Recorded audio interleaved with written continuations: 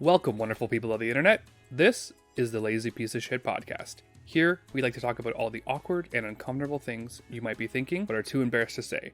My name is Dan, and I am cordially inviting you to witness me making a fool of myself with each week's new episode. But for now, get comfortable, grab a drink, and let's get into it.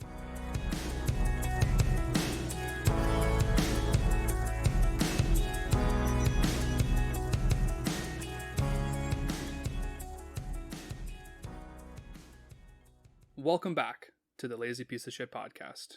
Episode 3, The Great Defeat. We will get into that title pretty soon here. Hope you guys are having a wonderful week. If you're in Ontario, like I know most of my listeners are from, I just have to say, what an absolute hellish week we've had. As if Mondays couldn't get any worse, right? It's Monday, start of the week. No one wants to wake up, go to work, anything like that. You do go to work, you come home, you're hoping to watch the Leafs finally make it to the second round of the playoffs. But of course, as per usual, they choke, rip our hearts out, throw them on the ground, stomp on them, and here we are. I'm still in mourning, if I'm being honest. And then, Wednesday, I believe, the 2nd, we had our stay-at-home order lifted, which is great, right? But no one knows what's going on. The first phase of reopening, doesn't start until the 14th, so we're just kind of all sitting here twiddling our thumbs being like, is this legal? Am I going to get a ticket? Like, what is going on? But those are issues for another day. You guys come here to hang out, relax, escape all of that craziness that's going on in the real world. I'm going to be completely honest with you all today. It is going to be a little bit of a shorter episode.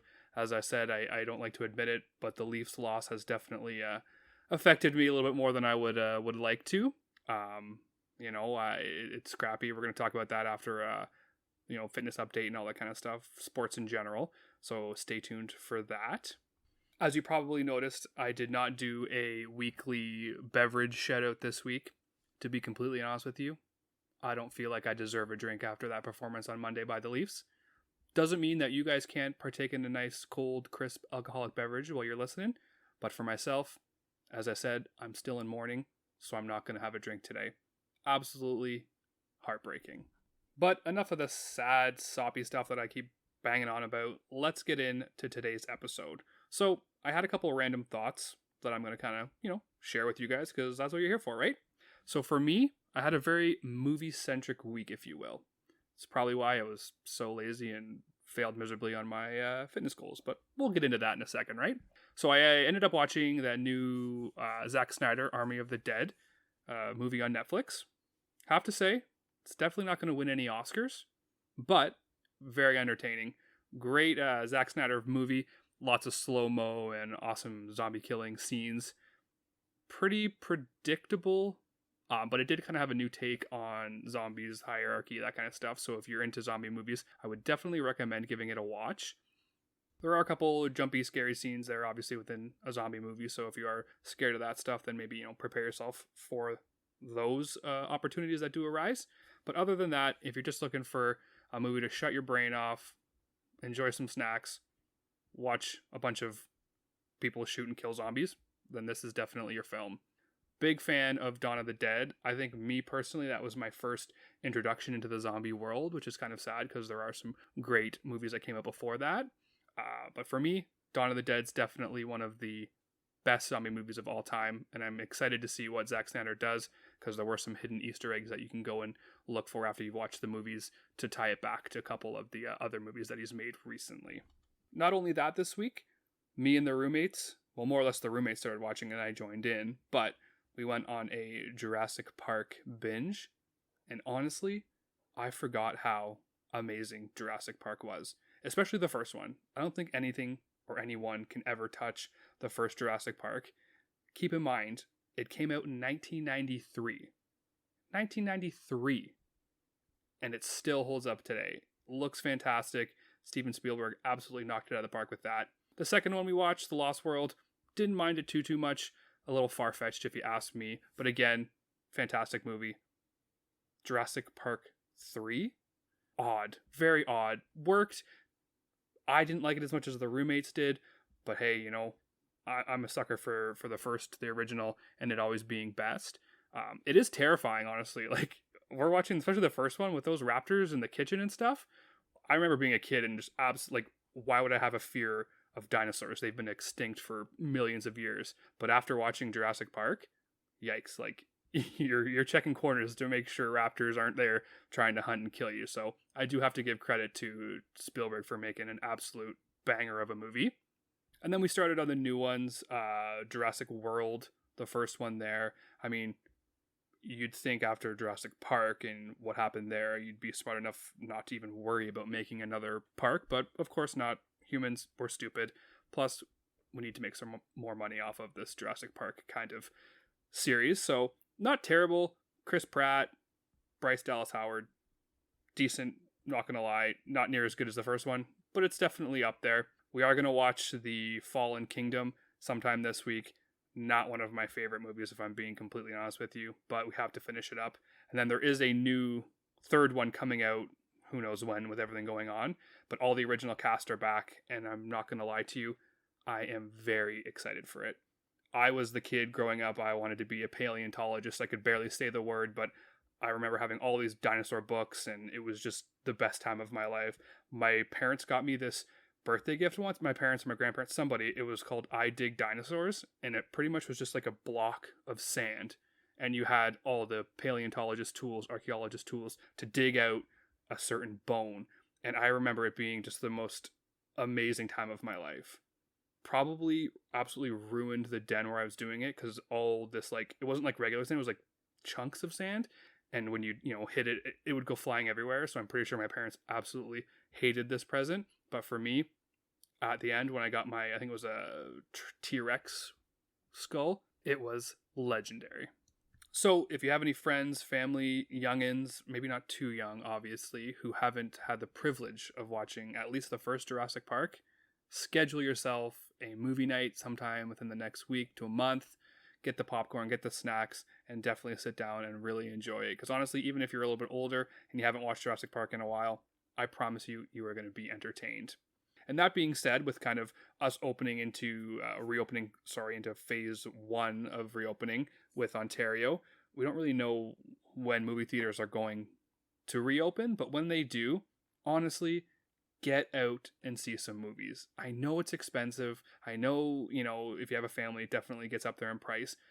Don't do it too often, maybe once, twice a month if you can, but there's just something to be said about seeing a movie at the theater. Me personally, I'm looking forward to some of the new movies coming out, and me and one of my good friends, we had an argument. Like, Netflix is great, I understand that, but there is something to be said about going to the theater, big screen, better sound. Like Dune, the new movie Dune's coming out. Top Gun Maverick, I'm not gonna lie, I'm excited to see that in theaters. The new Jurassic Park. There's a time and place for some movies on Netflix, and I totally understand that. But I remember vividly going to see Pacific Rim. Del Toro, big robots beating the crap out of these weird aliens, and it was absolutely amazing. And I don't think it would have been the same if I had originally watched that at home on Netflix. I was lucky enough to have an aunt who shared the same love of movies that I did. So most of my time spent growing up, that's what we'd be doing. We'd be going to see movies all the time. She had a very set routine. We had to show up an hour before the movie started. So I was pretty much the champion of the trivia because I've seen it about 3,700 times. But nope, every time we had to be there an hour before it started. You got to play in the arcade for half an hour. Then you're in your chair reading the magazines that they used to have there. And then halfway through the movie, she would always bust out some sweethearts. Some of my absolute fondest memories with my aunt are just us hanging out, watching movies. One night I remember we were just in the living room bored. The first Lord of the Rings had just come out and she had just introduced me to the book. And we were just sitting there bored out of our minds. And she just looks over and goes, "Do you want to go see Fellowship of the Ring again?" And I couldn't tell you how excited I was. I was like, yes, let's go. It was just, that was my childhood, and movies have kind of stuck with me. I mean, my first job was at a movie theater. I had the privilege and honor of working at Blockbuster. Absolute best job I've ever had in my life. We'll talk about that on another episode for sure. And I need to start going to the drive-in more. I remember going there a lot when we were younger, just easy, cheap kind of entertainment. You'd go early, you'd have a football, baseball, throw that around for a bit, and then sit there till 2 in the morning watching movies, waking your parents up when it's over, being like, we gotta go. But for them, it was probably amazing because we'd be quiet for 6 hours plus. The best of times with movies in my life, that's for sure. We definitely took a little bit of a turn there to, got off topic a little bit, but, that's what this is all about. Talking, chatting, getting to know each other. You now know that I am a pretty big nerd and I love movies. So let's move on. I named this week's episode The Great Defeat. So let's talk about my fitness for the last week, probably after the long weekend. And let me tell you, it was a nightmare. Absolute terrible week. I did not remotely stick to my nutrition. I was back to hitting up the old stomping ground Circle K for some snacks late night. I'm talking a bag of chips, pepperoni sticks, and a bottle of pop. I don't know why, but I'm pretty sure the Circle K employees know me by name.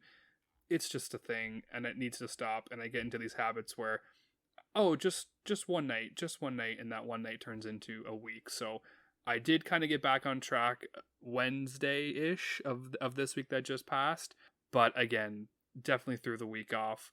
It was the last weigh-in for the roommate weight loss challenge. And unfortunately, I put a half a pound back on. And it was the reason I lost this week for the fourth time, I think. So it was definitely a little bit heartbreaking. But again, my own doing. I can't blame anybody else. It was just me being an idiot for a week and a bit. So on Sunday, we enjoyed a delicious sushi dinner, which would have tasted a lot better probably if I didn't have to pay for it. But it's what we agreed on. It's what we got. I'm just recently breaking into the sushi world. So it was delicious regardless of me being a giant loser. But I definitely did some damage in that week to week and a half where I just kind of let things go. I wasn't meal prepping my lunches for work, so I ended up eating out there, which again, being prepared is half the battle. If you get into a routine and you get kind of thrown off, it just makes a mess of everything, especially with meal prepping. For me, I was just being lazy. There was no reason. As I said in the previous episode, I find it a lot harder to get back into my routine when there is a long weekend. The Monday kind of just gets thrown out the window, and then it's just downhill from there. And I wasn't getting out for the daily walks, as I said. If I've mentioned previously, I try to get out for anywhere from a 3 kilometer to a 5 kilometer walk a day, especially on the days I'm not working. I really don't have an excuse to not get out there and move, and I did not do that at all. So, as I said, when you're not moving all day, eating like garbage, bad things happen, and a half a pound is what happened, and it ended up costing me the roommate weight loss challenge. So I'm hopefully going to refocus for June. Well, I'm not going to hopefully refocus. I have to refocus. I can't let this happen again where I slip up at the end of the month and end up losing everything I've done, all that hard work from the previous weeks. So I have to say, all in all, I wasn't very pleased with my month-end results for May. I was only down about 2 pounds. I need to really focus on my nutrition. For me, I'm that person who's like, oh, I should reward myself. I've been doing so well. Usually you reward yourself, maybe once, twice a month. I'm doing it every couple days because I'm just a psychopath like that, and I can't stick to eating healthy for more than 3 days for some reason. So I'm going to definitely work on some better nutrition, maybe some different meals for when I meal prep everything, because I tend to get into a habit of making the same thing for lunch every day, same thing for dinner. So obviously that is just not working out for me very well. So I'll have to mix things up, find a couple new recipes to work in, just so I can try and be as successful as possible. I'm definitely going to keep focusing on getting as much water as I need each day. I have really been focusing on that over the last couple weeks, and it definitely has helped. I feel better. My skin looks better. Definitely down a couple pounds due to that, which kind of sucks because it's just water weight. But it is a start, and I'm definitely going to focus on tracking everything a little bit more, a little bit better when it comes to what I'm eating, what I'm doing. I believe I'm going to try and use MyFitnessPal or the Fitbit app. I have both. We'll see what works best. Just to get back to the basics for the first little bit, to get myself back into a routine. Obviously, once you get yourself into a routine and you're eating similar things every couple weeks, you don't really have to calorie count as much. But for me, I need to find that sweet spot where I can get my nutrition in, get my protein, my fats, my carbs, and make sure that I am, in a calorie deficit, so I am losing some weight. But it's not all doom and gloom for me. I have been sticking to my workouts, and I do have to shout out my friend Maddie, who's been keeping me consistent, constantly coming over, working out together, and we've just been absolutely smashing the workouts, which is great. I think we both have been hitting a couple personal records on some of the big lifts, incline bench, squats, that kind of stuff. And usually I don't get into phase 2 of the workout program I'm doing right now. And today was the first week of phase 2, so usually I peter off a little bit after the first couple weeks and then just forget about it and then back to my regular life of being lazy. But it's been nice to have somebody hold me accountable, send me that text when I really don't want to work out, and he's always there being like, we got to do it, let's get it done. So I do thank you very much, Maddie. You are a godsend. So as you can probably tell, that's where the Great Defeat title comes from, because I was defeated in the roommate weight loss challenge, and I also let myself down not sticking to my nutrition, and the gains that I did make, I just kind of threw away with my lackluster effort, which is kind of crappy. But keep in mind, this is a 2-pronged defeat episode. So first one was me getting defeated by my fitness and nutrition goals. The second one is the Leafs.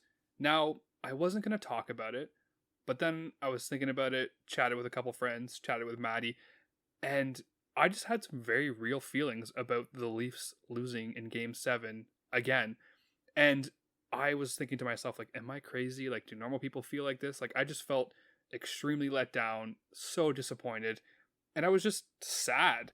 And now I can just kind of hear everyone saying together, being like, it's the Leafs, this is what they do, and I totally understand that, but we were promised a different year this year, right? We went out and got grittier, we got Simmons, we got Foligno, our back end was a little bit better with Brody, our goaltending was okay, and then Anderson went down and Campbell stepped up and it was huge, and a huge part of just the boys playing as well as they could. He kept them in so many games, especially in the playoffs. It was a little bit crazy that he thinks he let us down. That's not it at all. So I decided to talk about it. So that's what we're going to do. We're going to talk about sports. I'm going to give maybe a little bit different of an ideology, a different kind of outlook when it comes to sports, especially when it comes to sports in a relationship. If you have a significant other who is very into a team, a sport, and they're kind of always watching sports, talking sports, just maybe a different idea from a different perspective might be able to let you understand them a little bit better, and maybe you can find some common ground. I do have a few friends, buddies, who sometimes, I don't want to say get in trouble, but their significant other maybe gives them a little bit of heat for wanting to watch the game when we could go to the bar, grab a drink with some friends, or come to a buddy's house to get the game all sorted out and watch that. And I kind of wanted to, again, offer a different perspective to see if maybe you can relate to the way that I'm thinking and putting into words, instead of just it being an issue going forward.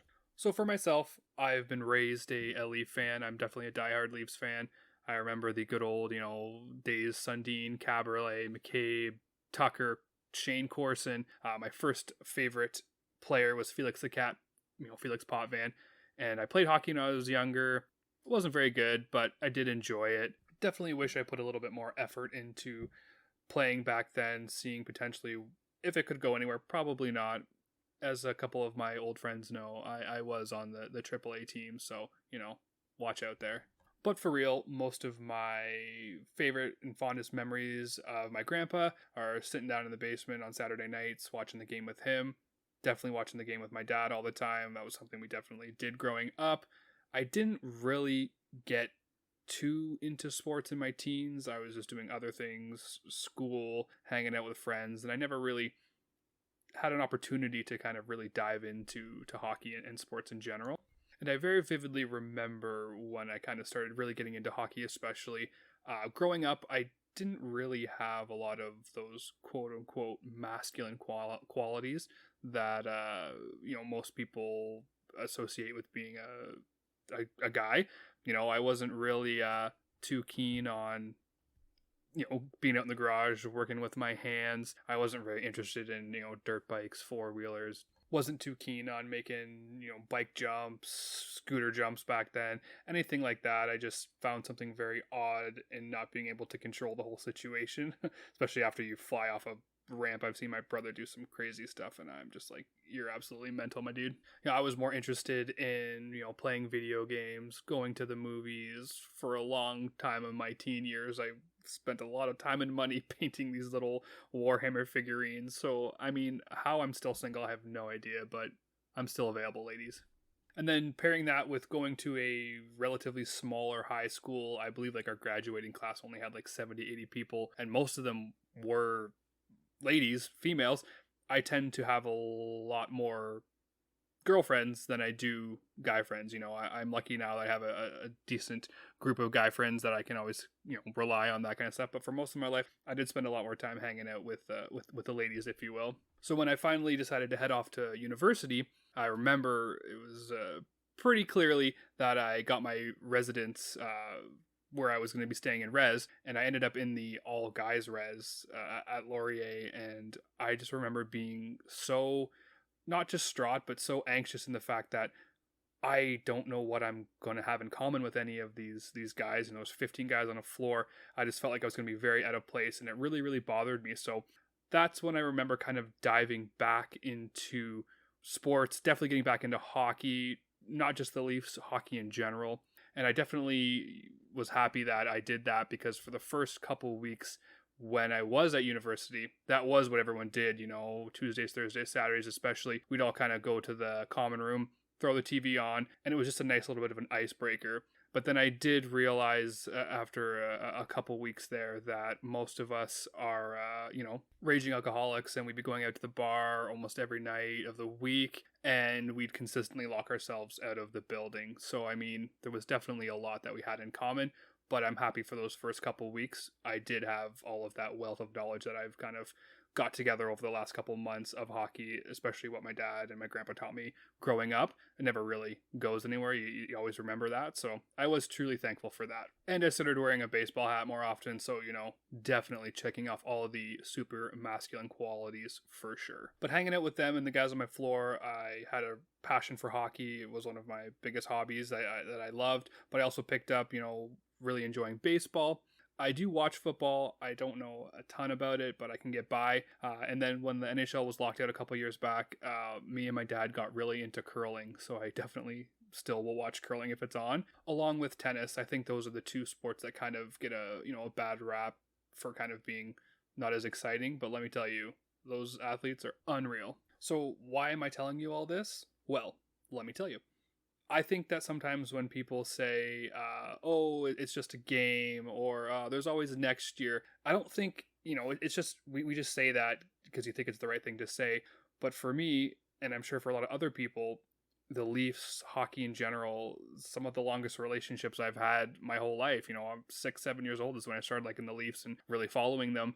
And now I'm, into my 30s, it's the longest relationship I've had besides, my family, obviously. So the feelings we have when the Leafs are eliminated in Game 7 again, or they don't make the playoffs at all, or one of our favorite players is traded, those are real feelings. They come from a place of, passion, time, and effort invested into a franchise, into something that might seem stupid, but to us and to people who care about teams, that's kind of our whole life, and it was our whole life for a very long time. As I mentioned previously in regards to the not very many masculine qualities, for me, getting to know my dad and our relationship, he's a very man's man.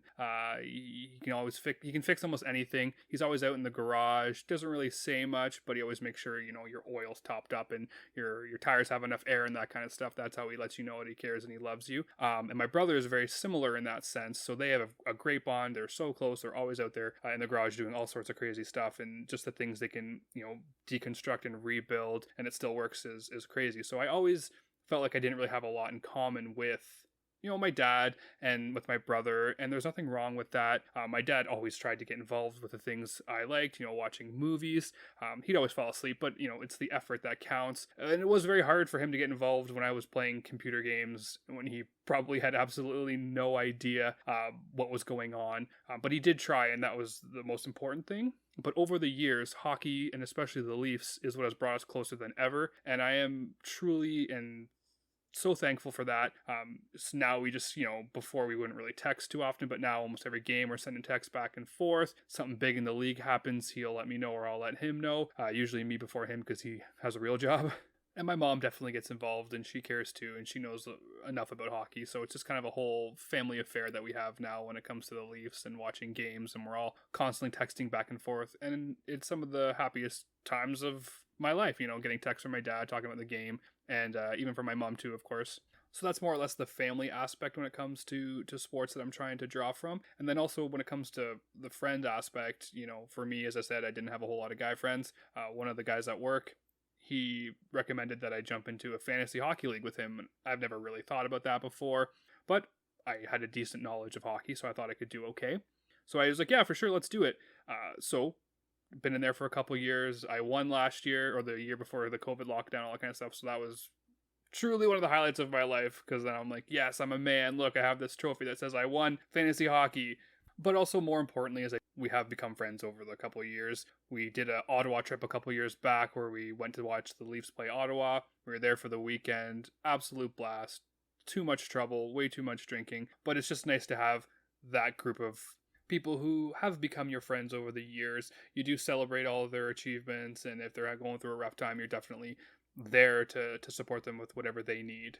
So I guess what I'm trying to say in this crazy long-winded episode is that sports might not seem important to you, but to a significant other, to a friend, to a family member, it could be their world. It could be their link to family, their link to friends. So before you maybe give them any trouble for wanting to go watch the game or hang out with their friends, just remember this conversation and maybe the different point that I'm providing to try and understand where your significant other might be coming from when they are putting a lot of passion and maybe time into watching a sport or sports. And by no means does that mean that you have to know every single thing about a team or a sport or a certain player. For me personally, when I'm looking to find a girlfriend or somebody I want to be with, I don't need them to know everything about hockey or baseball or anything like that. I just want someone who will either come down, sit and enjoy the game with me, grab a snack, grab a drink, enjoy, hang out, but not going to be, pouty, upset, that awkward, heavy sigh every once in a while. I just want someone who recognizes that this is one of my passions and definitely respects it.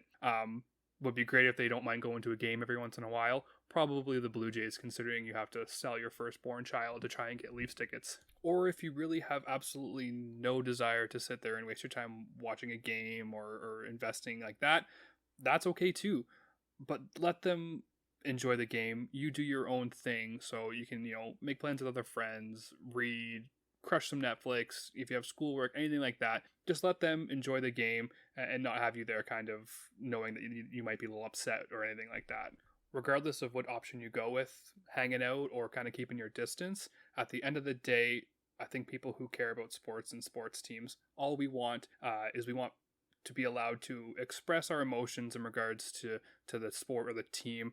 If they're getting eliminated, if your favorite player is traded, anything like that, don't just say, oh, it's just a game, because it might not be just a game to them, to us, to me. It's something a little bit more. It's again, my link to family, my relationship with my dad, friends that I've made over the years. As fans, we do invest our time, money, we put expectations on a season or a certain player. So if those do fall short, we are entitled to have our feelings and to have our emotions. Just want someone to agree with us, even if you don't know, just, give us a hug, anything like that, because sometimes it can be pretty devastating when your team falls short yet again.